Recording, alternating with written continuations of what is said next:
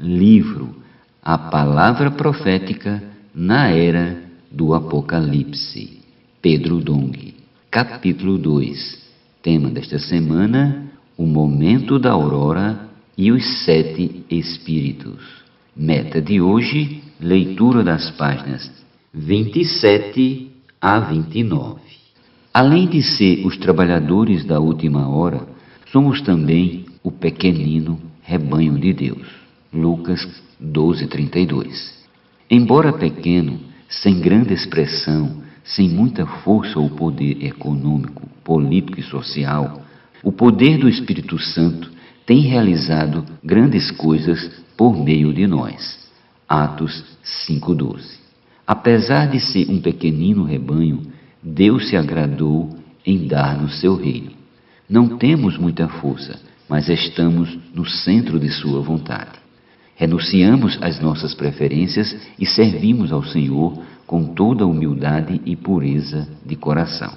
Conhecemos sua vontade por meio da palavra profética e hoje temos sido usados por Ele para cumpri-la nesta era. Deus precisa de um canal, de um instrumento para levar a cabo o desejo de seu coração, e tem usado esse pequenino rebanho. Louvado seja o Senhor! A despeito de sua pequenez, esse rebanho tem influenciado a sociedade por meio da comportagem dinâmica, que aborda as pessoas com o "posso orar por você?". Além disso, as pessoas também têm sido alcançadas por meio das mensagens transmitidas pelo Instituto Vida para Todos no YouTube.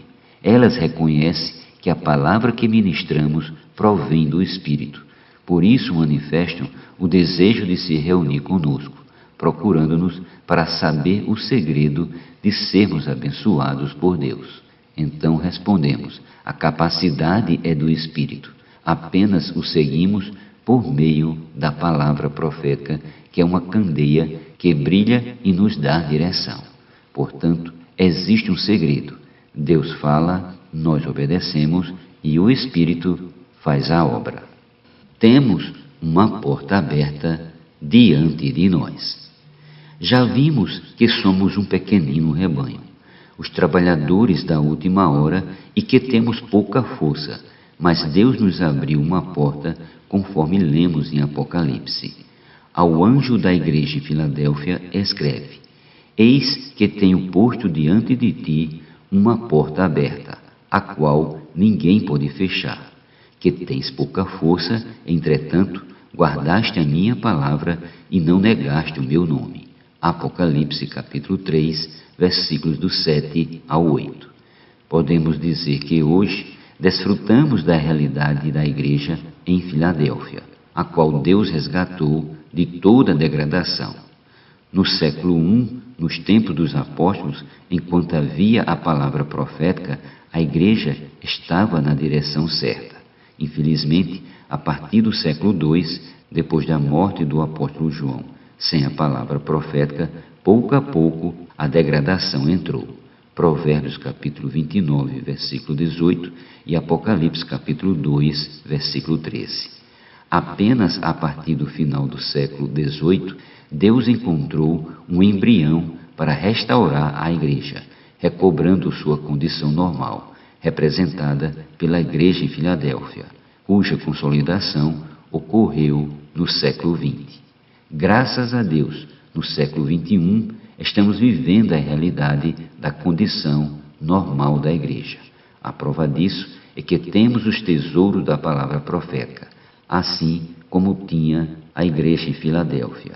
Essa palavra tem sido forte e ninguém consegue negar o que o Senhor tem realizado em nosso meio por intermédio dela.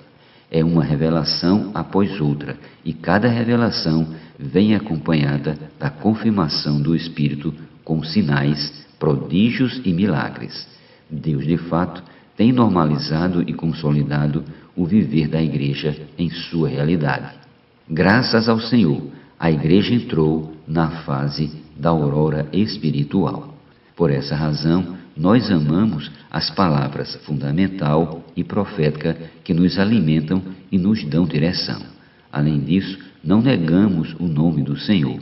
Pelo contrário, o invocamos constantemente para permanecer conectados a Ele e almejamos continuar invocando esse maravilhoso nome até sua volta, para, como igreja, despontar nas alturas como a luz do alvorecer, linda como a lua brilhante, como o sol, magnífica como o exército desfilando com suas bandeiras. Cantares capítulo 6, versículo 10, versão King James atualizada. Para isso devemos pregar o Evangelho e introduzir as pessoas no viver da igreja, cuidando delas para que possam reinar com o Senhor. A revelação de Apocalipse e o ministério de João. O livro de Apocalipse é um livro de revelação.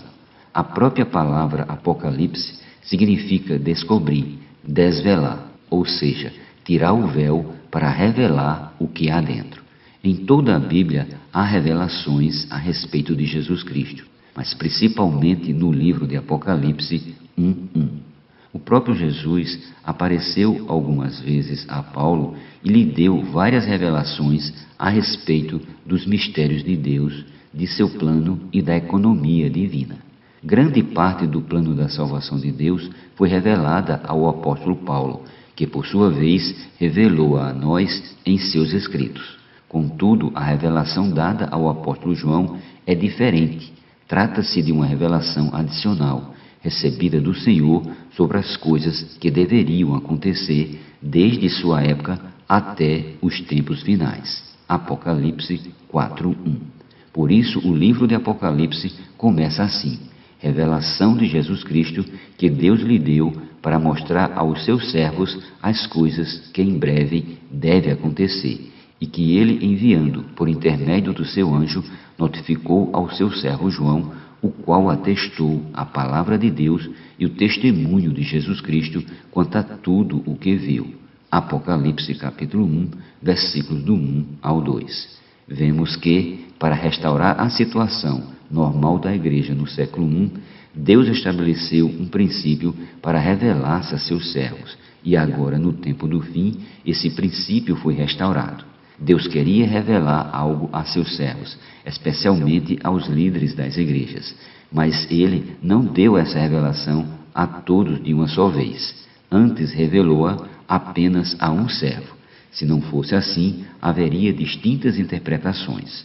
Portanto, o canal para a revelação de Deus é um só, e isso evita confusão. Trata-se de um só falar, uma só revelação, que depois é transmitida a seus servos, os quais, por sua vez, transmitem às igrejas. Esse princípio é muito importante, principalmente no final dos tempos, na era da aurora.